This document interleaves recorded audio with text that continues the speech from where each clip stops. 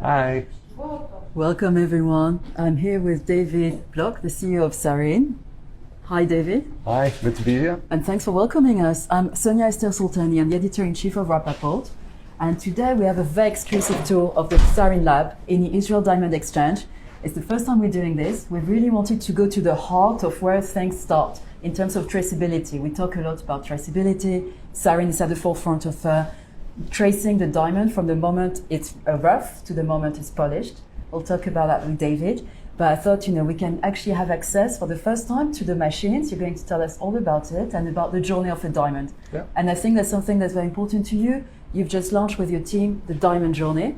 Here it is. It's a website that's very, very educational, that tells you everything where the diamond is found, the mining, how it impacts on communities and the life of people, and how we also be able to know where the diamond comes, and for customers to be able to know the whole story of that diamond. Yeah. Can you tell us a little bit more about that? Yeah, so basically traceability, a lot of time is looked at the technical aspect of traceability, but we wanted to add to that the story of the journey of the diamond from the mine as it travels down the pipeline all the way to the consumer.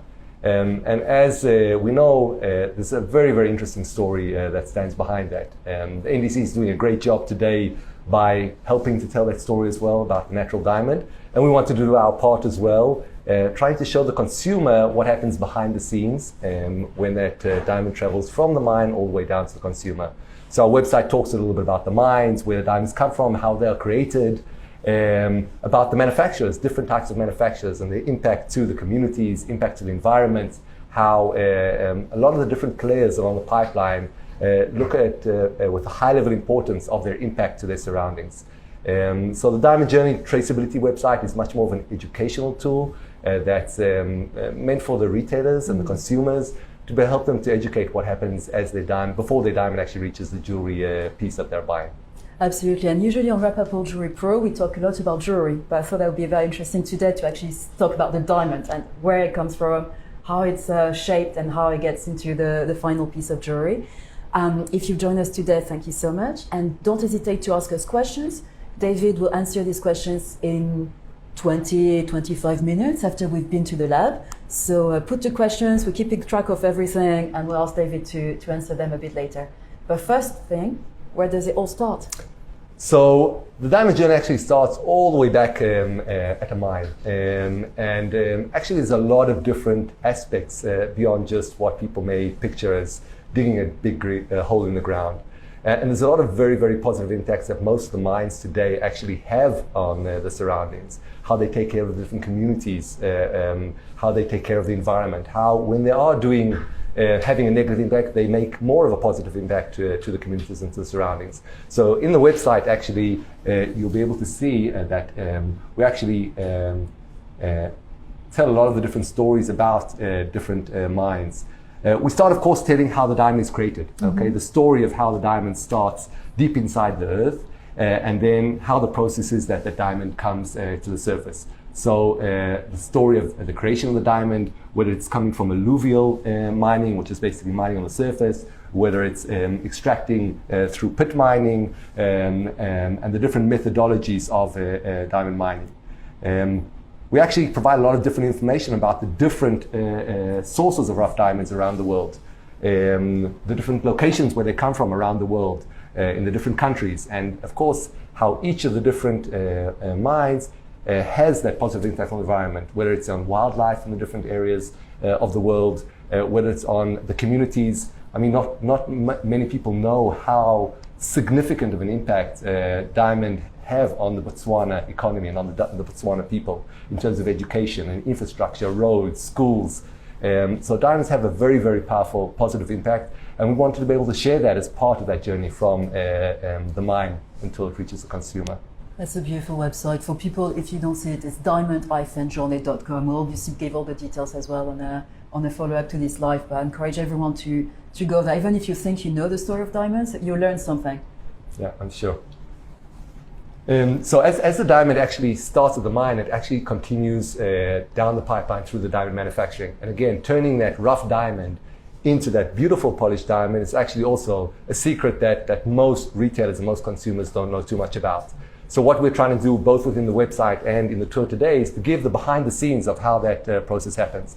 How you take that rough diamond, which probably most people won't even pick up from the ground because it doesn't look very like much, and eventually it's transformed into that beautiful gem that sits in an amazing jewelry piece.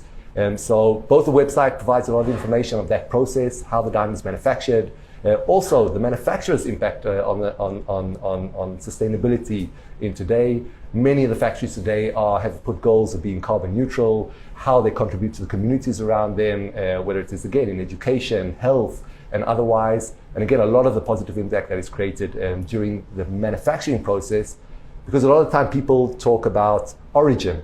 Origin is not only the mine, it's actually that whole story of the diamond as it transforms from at the mine, from the rough until the polished diamond in the jewelry store. So you can see a lot on the website, and we'll see a lot of the behind the scenes. I think it's so powerful because, you know, the new customers, the new consumers, the Gen Zs, the young people, they really want to know the story. They want to know the story, they want to have the traceability back behind, they want to know where does it come from. And I think as a diamond industry, we are in this privileged place where actually we can provide this information. Yeah. There are a lot of other industries maybe are a little bit behind, or they're not yet, you know, it's a bit more difficult for them to give the full story and the full background. So. Yeah. So we're actually already seeing today retailers using the website as a sales tool, their sales associates engaging with the consumer and actually telling the story behind the diamond. So it's not just buying that beautiful diamond, but you're actually buying a lot of that story that comes along with it. That's great. So we're going to see now how it's all started and Yep. how it goes, short of going to the mine. Yeah. Maybe we'll just stop over here before we actually go inside. And over here at the entrance to our rough and polish lab, we can see how a rough diamond transforms from the rough diamond at the beginning of the pipeline, goes through many different and multiple stages of manufacturing, and eventually turns into that beautiful polished diamond. And as we go into the rough lab at the moment, we'll actually see that in live. When was this lab opened, David? We opened up here the polish lab in 2018. Mm-hmm. The rough lab has actually been open for a lot longer, from 2001, if I remember correctly. As we continue to more activities, which we'll maybe see at the end of our session, a little about polish grading using AI and technology for grading. Mm-hmm. But the rough lab actually started a lot earlier than that, and it's been open since, if I'm not mistaken, 2010. Fantastic. So if you're joining us, we're going to see something that you don't usually see on Instagram. It's how the rough diamonds are shaped with the team of Sarine. So thank you so much for having us here. Tell us everything. So actually, all the secrets. So actually, Israel is one of the major rough centers in the world for purchasing of rough diamonds. A lot of companies here actually buy rough diamonds from the miners or from the rough sellers or rough producers, and they take those diamonds and now transform them into polished diamonds. One of the most important stages of that process is taking that rough diamond and deciding what to do with it, okay? And this is a lot what we do over here. Our Israeli clients come here, bring their rough diamonds to the lab, and we'll go through the process, which we'll see in a moment, how that rough diamond gets designed or planned, as we call it, into a polished diamond, and is determined what is going to be done with that rough diamond. So one of the first stages, and we'll come over here and see one of the first stages, is taking a rough diamond, and maybe we'll take an example over here. Take, for example, a rough diamond. We can see over here actually a slightly fancy yellow rough diamond that starts the process by measuring that rough diamond. As we can see over here on the screen, we're now starting to create a three-dimensional model of that rough diamond. We can see we're using a laser to map the diamond to get a very high level of accuracy of mapping, so we can have a very, very accurate 3D model of the rough diamond. Once that process is finished, we'll have basically the full mapping or the full exterior of the rough diamond, which we'll be able to see here in a second. And once that process is finished, we will continue it in order to map the internal part of the diamond, the inclusions. So over here we can see we've finished mapping the rough diamond. We can see there's a very, very accurate three-dimensional model of that rough diamond, which we will be using at the next stage in order to plan what to do with it. Come on over here and we can see the next stage of the magic. So over here we have a number of different types of galaxy machines. Galaxy machines are basically very advanced diamond X-ray machines, or MRIs. Very different technology, of course, than X-ray and MRI, but basically we look inside the diamond and understand what's going on inside, mapping all the different impurities, the inclusions, cracks, bubbles, and different inclusions that determine the clarity of that polished diamond. So the rough diamond will be put inside the machine. It will be automatically scanned, as it's similar to kind of an MRI. And once that diamond is completed, we'll see that we get a set of images.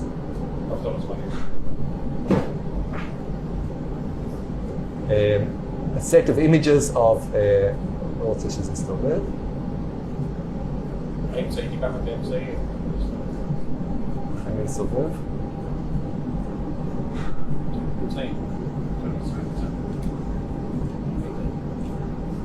One second. Okay, so we basically can see. We can see basically the diamond has been scanned. All the black areas are basically impurities. So we can see cracks, we can see bubbles, we can see different mineral impurities within inside the rough diamond. And then we take this information and turn it into a three-dimensional model so we can continue the planning process. Come on over and we'll be able to see the planning process.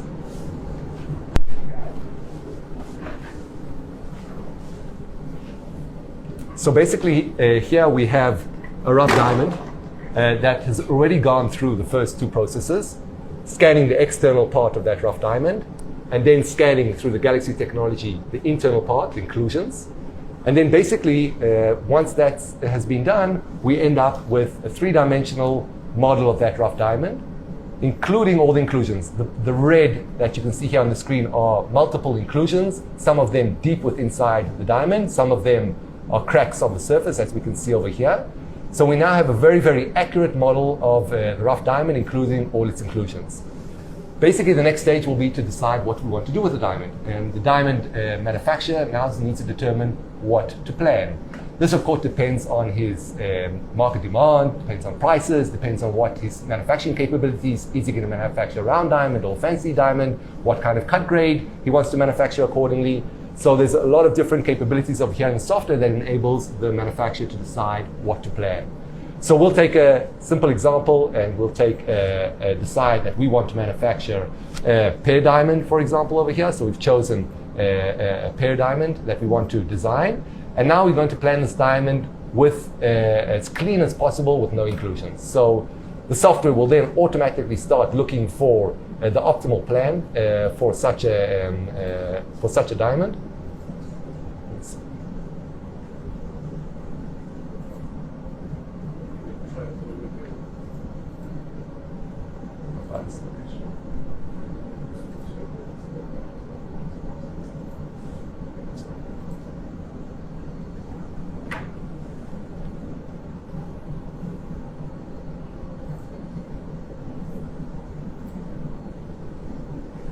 So, one second.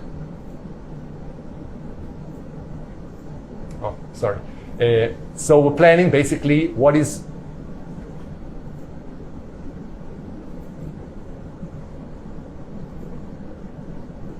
one second, sorry. Yeah, we can see over here now. So what is the optimal pear-shaped diamond that we can plan out of this rough? And we can see over here that it's planned basically out of this 11 carat rough diamond, a 3.8 polish pear-shaped diamond with a number of different inclusions inside. We can see over here that the red inclusion over here is actually internal inside the diamond. If we want, we can see a simulation of how those inclusions will look on the polished diamond. And basically using the software, we'll be able to decide what is the optimal diamond that we want to plan.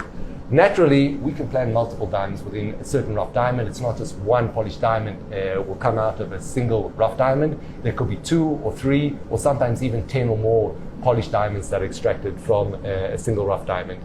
Just to give you an example of a much more complex solution, we can see over here, we've planned here 3 different diamonds coming out of the same rough diamond, a big cushion, as well as two smaller cushions on either side. So we're getting a much better result, utilizing the raw material in a much more optimal way. So this software is actually a very, very advanced type of CAD/CAM software that enables us to take the information about the rough diamond and decide how to plan it. Going back to traceability now. So basically, traceability is enabling tracking the diamond from that rough diamond all the way down to the polish. And the way that Sarine does that is through information, through data. Basically, collecting the different data as the diamond is being planned, is being scanned on our different technologies from the rough all the way down to the polish as it's being manufactured, and then using that data to create a verifiable tracking of the rough diamond. Rather than different entities along the pipeline declaring information along the way, we basically take the data that goes up to the cloud and then use that data to track that diamond throughout the diamond pipeline. Fantastic. And each diamond has a specific reference? Yes, each diamond is actually unique. Every single rough diamond is actually very unique, both in terms of size, in terms of shape. There are actually no two rough diamonds that are the same. Many may look the same or have similar weights, but actually every single rough diamond has a unique signature and is actually very, very unique. Is there a minimum size for the diamond to have a reference? So actually, if you would have asked me that question maybe 10 years ago, I would have said yes. Probably in order to use technology, probably the minimum size is probably 0.5 carat rough, which will result in a 20-point polished diamond. But today, 10 years later, I'll tell you that diamonds of 2-3 points rough are being put into technology. That's creating diamonds of less than 1 point polish, that's melee polish, are going through technology today. So as the technology becomes faster, more cost effective, you were able to capture more of the different types and sizes of diamonds going through technology, thereby enabling traceability for smaller and smaller diamonds as we go forward. That's so important, especially for the big manufacturers who do a lot of melee. And that's a lot of the diamonds actually that go into the jewelry in America, for example, in the bands and everything, apart from the big studs. So yeah, it's a big one. Actually, one of the questions I get asked a lot is what about the smaller diamonds? Okay, traceability, we understand how it works, we understand that it's possible for the larger diamonds. What about the small ones? And just like I explained that technology wasn't used for diamond manufacturing 10 years ago for anything lower than a 0.5 carat diamond, the same when you look at traceability, it will start with the bigger diamonds. It has started already. There's a lot of larger size diamonds, a carat plus, that goes through traceability. But already today we have diamonds of 20 points and 10 points polish going through traceability. And I believe that over time, the size of those diamonds are going to go down and get smaller and smaller, enabling basically to include more and more of the goods to be traceable using technology. We're actually looking at how to do this with the star and the melee goods. As I said, it's not a simple task, but I believe it's possible.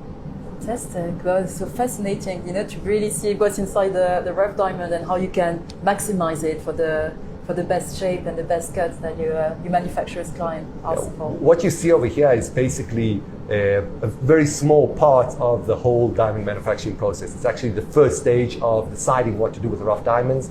As they flow down the further stages of manufacturing, there are many other different technologies with ours that are used in order to do quality control. And again, that information, as they get scanned on the machine after they're cut, after they then start being polished, goes up to the cloud, and we utilize that information then for the traceability. So what you see here is a part of diamond manufacturing, and if you take what you see here and you multiply it by 1,000, that's what happens in the diamond factories around the world, in India, in Botswana, in South Africa, in Thailand, and so onwards. So this is just a very small example of what the initial diamond manufacturing process looks like. Fantastic. And what's next? So what's next? So as I said, traceability's just got started. I don't think we're at the end of that process yet. We're starting to see a very significant demand from the retail side, definitely on the high-end brands who sustainability aspect is critical. It's very, very important for them. But we're seeing that spreading to the mainstream. It's not only the high-end brands, it's the mainstream also is starting to understand why that is important to them, why it is important for them to understand where the diamond comes from, how it was manufactured, under what conditions, and traceability is the key to enable that. So traceability, I think, is still in its beginnings. We're going to see a lot more different technologies entering the pipeline to help enable technology. One of the things that we're working on is a very high-speed system, automated, that enables to scan thousands or tens of thousands of diamonds very quickly without a person having to do it one by one like we saw on the machine over there, There we saw a diamond being done one by one, but in order to reach scales of millions or tens of millions of diamonds going through that process, we need much faster systems, much more automated. We've already developed the first generation of what we call the autoscan. It's basically an automatic robotic type of system that scans diamonds very high speed. We're already testing our second generation, and I believe that by the end of the year we'll start seeing these kind of systems at the mines, at the rough supplies, and scaling up in terms of quantities of diamonds that go into the traceability process. Fantastic. So everyone will be able to know where their diamonds come from. Yes, look, I believe that there are a number of different aspects to it. One, we talked about the story. We talked about the importance of conveying to the consumer that diamond journey. So you have, I would say, the story part of traceability. On the other hand, as we know in today's world, there's a lot of different rough sources that are unacceptable, whether it's to certain clients, certain retailers, certain consumers, certain countries. And therefore, the ability to know where your diamond originated from is becoming critical. There's talks about having such a system being maybe mandatory for goods entering maybe Europe and the US. And in order to be able to do so, in order to be able to make sure that the diamonds are not greenwashed and given false decorations, you have to have something that's very robust and very that's verifiable behind it. And therefore, I think the industry is moving from declarations to verifications, which is what we're doing. That's very interesting. This verification process, I think, is exactly what we discuss all the time. Yeah. So that will enable not only retailers to know where the diamond comes from with a very high level of confidence, but also maybe governments. In my vision, I could see such technologies complementing of course, the Kimberley process, being able to know where diamonds come from, entering and exiting different countries. So I definitely think technology could make a huge jump in how the Kimberley process is done today. Can you just explain? I'm sure most of the people who are listening to us know what's the Kimberley process, but just in one line in case we have people new to the industry joining us today. So the Kimberley process basically was set up in order to prevent blood diamonds or diamonds from regions that are in conflict entering the pipeline. So in different regions of conflict where diamonds were being used to fund the conflict, the different organizations around the world wanted a system that enabled to exclude those diamonds from the pipeline, and that's how the Kimberley process was invented and set up, and it's been used since then in order to ensure that diamonds that come from conflict regions don't enter the pipeline. On the other hand, it is a very declarative-based system. It's based on declarations by different entities, and we believe that today with technology you can create a much more robust and a much more verifiable system than is possible up until now. Fantastic. And what does also technology help you to achieve? I think that's something that you've been at the forefront of, and we've already discussed, in Rapaport magazine, on Rapaport.com, in our news. So I think that's maybe the next stage of our tour today before we take the questions. Are you going to give us a little glimpse maybe of a little sneak peek. So maybe let's go on this direction, and we'll take a sneak peek into the future of diamond grading using technology. Thanks, Dave.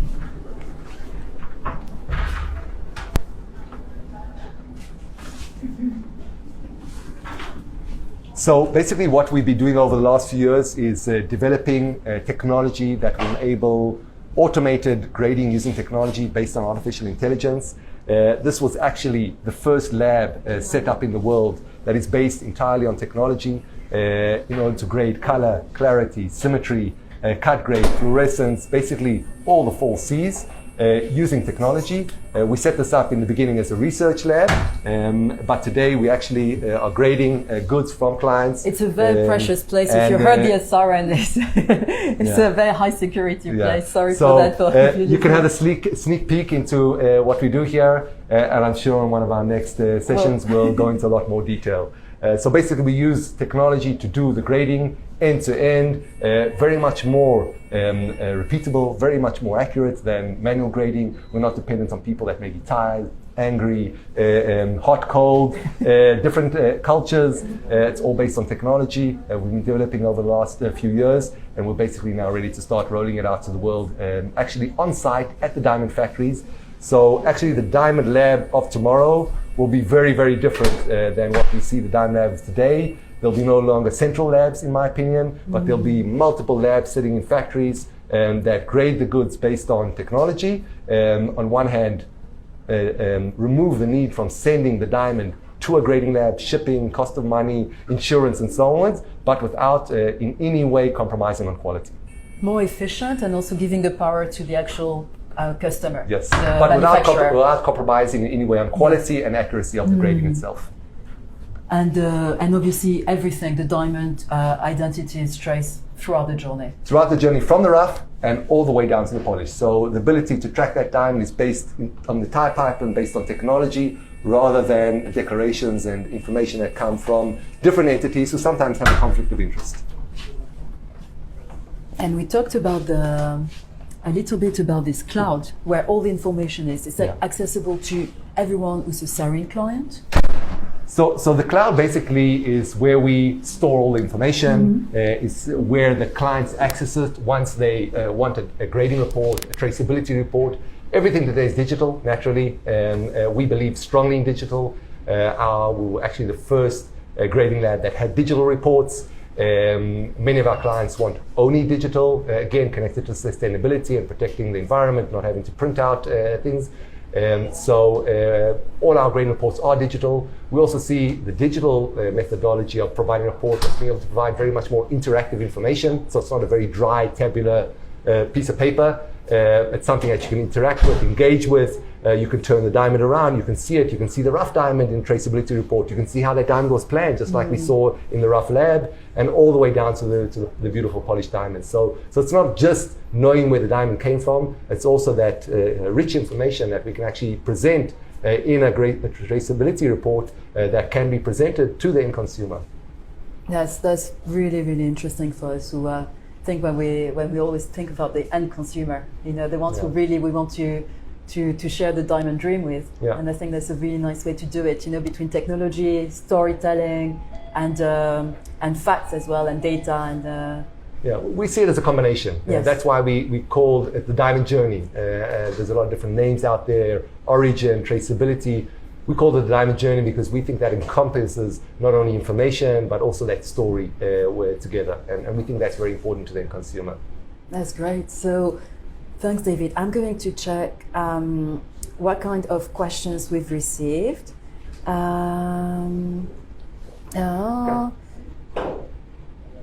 Let me just see. We have a colleague who kindly sent us some questions. Sorry. Tell us, is there a next stage for the Diamond Journey website? Yes, one of the things that we always strive to is to get feedback, understand where we can do better, what people need. So naturally, I'm reaching out now to all the retailers there that have seen the Diamond Journey website, that are using it. And so those that will use it in the future, we love to get feedback. We want to improve it. In the end, this is for the retailer. It's for the retailer. It's for the consumer. It's an educational tool. It's a sales tool to talk about that story of the diamond as it goes from rough to polish. So definitely a lot of improvements will come from feedback that come from the market, from the retailers and the consumers. And we've got a lot of different plans how to add additional aspects of that diamond journey to it. So that's just stage one. No doubt we'll be adding a lot more content and detail as we go forward. I have a question actually, that's a very interesting one. Can someone ask if a diamond can enter the journey not from the rough, but a bit later? Can the diamond what? Can be traced and referenced after, if it's not a rough, if you haven't seen it in this rough stage. So unfortunately not. That's what you call grandfathering. So we cannot grandfather diamonds using technology because once it's been polished, it's been polished. So we have to start basically with diamonds that are rough and then start tracking them. So all the polished diamonds that are in existence today, it's basically impossible to understand their origin and their diamond journey. But we've got to start somewhere, so we're starting today. Absolutely. Or actually a few years ago. But, but no, you cannot reverse engineer the process, and therefore you cannot grandfather using technology rough diamonds in terms of traceability. And what's the proportion of diamonds you would say in circulation today that actually have been already identified and are part of the cloud? So again, we can talk about a number of different things. If we talk about the number of diamonds that go through technology, Sarine's technology, what we saw in the rough lab, and the polish lab, there are about 100 million diamonds every single year going through our technology. That doesn't mean that today all of them are going through traceability, but that means that's the potential, that 100 million diamonds can be tracked because they're going through the technologies today. As the demand from the retail increases, more and more diamonds will go through the pipeline in terms of traceability. But as I said, they're going through the technology today, and therefore the infrastructure is there, the process is already in place. And that was the whole idea behind using our infrastructure in the manufacturing to create traceability, so as not to add time, cost, and overhead on the pipeline, using existing infrastructure, using existing processes, but just utilizing the data in a different way. And that's the beauty about our system, that it's easy to scale and with very little overhead. So I believe we'll start seeing much more significant quantities. If I look at beginning of last year as compared to today, there are 10 times more diamonds going through the traceability than there were the same time last year, and I believe that number will continue to grow exponentially. And that's fascinating. And do you think the situation in Russia has been impacting it? Has been absolutely. Fast making it's the fast process forwarded, much, no doubt. yeah. No doubt, the situation in Ukraine and Russia has fast forwarded. The need was always there. It was there before this crisis, but definitely the crisis has fast forwarded the discussions on making some level of mandatory the sanctions on Russian diamonds have no doubt fast forward the situation. And I think in the end that we'll be seeing much wider usage of traceability very much earlier than without it. Great. And I think we want to finish on a more positive note than the Russian sanctions. Yeah. What is the most, have you seen like a diamond going through in a rough process, in your long career in the diamond industry, have you seen like a really exceptional rough that, when you saw it, you thought like, even without putting it in a Sarine machine, you thought that's going to be something exceptional? Yes, so I've seen so many. I mean, we see, out of 100 million diamonds, there are so many exceptional diamonds. That could be in terms of size, that could be in terms of a unique shape, which we've seen many unique shapes. But I think what's most interesting, and we actually see a lot of these kind of diamonds from time to time, is different patterns of inclusions. And we actually on our YouTube site, we actually from time to time publish rough diamonds that have a special shape. So for example, a while back, last year or a year or so back, we published a diamond that had a dragon inside, like Game of Thrones, or a diamond within a diamond. So all sorts of very special, unique inclusions that create different kinds of images. Are always very, very interesting. We of course ask the permission of the diamond rough owners to publish them. They're always more than happy as long as they get some credit for the diamond. But I think those are the most interesting. But we see so many different types, qualities, sizes. I said 100 million diamonds is a lot of different diamonds.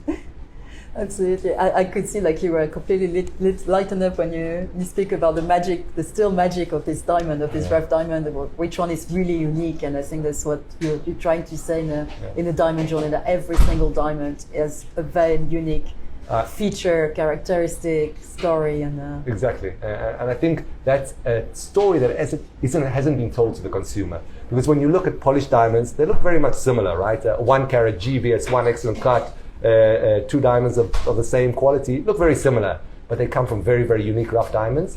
One of the very interesting things we've done is we actually, for some of our retail clients, we do a 3D printout, 3D replica of the rough diamond, and the retailer actually provides the consumer with a replica of the rough diamond along with his polished diamond. So he has actually a very unique rough diamond, and then his polished diamond that goes along with it. So that actually shows him and tells him the story physically of how his rough diamond looked like. That is very nice. I saw it before, and I think that's a great additional to the gift of a diamond. To actually see it helps from tell that. the story. That's how it was cut. That's how it was lost. A lot of people don't realize that you need to lose rough to be able to get the most precious stone out of it. A lot of retailers think rough diamond. I mean, the story of don't understand the story of the polished diamond, and that's what we're trying to help them and help them educate their customers and consumers. The story of that, a lot of hard work, the difficulty, the craftsmanship that goes in to turning that rough diamond into a polished diamond.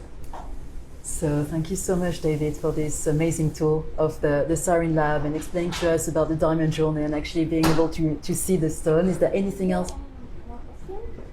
If you want to, is there anything else you like to share with our audience today?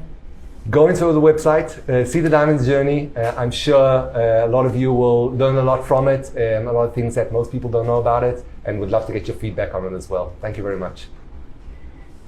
Thank you so much, David. Thanks to everyone at Sarine today that helped us make this IG Live. Thanks to our producer, Vanina Pickles. Thanks to Anna, who's been on call as well from our team at Rapaport. And we'll carry on these conversations and we'll give more information. And also something, I know we're on Instagram, but I really want to recommend the TikTok channel of Sarine because it's really an amazing, amazing place to learn about diamonds and everything else. So I'm not going to take people from Instagram to TikTok. Maybe I'm not allowed and it's going to be censored now, but it's really a fantastic educational resource like the Diamond Journey. All complements the mission of bringing more traceability into our industry. So thank you so much. Thank you, Sonia. Bye-bye.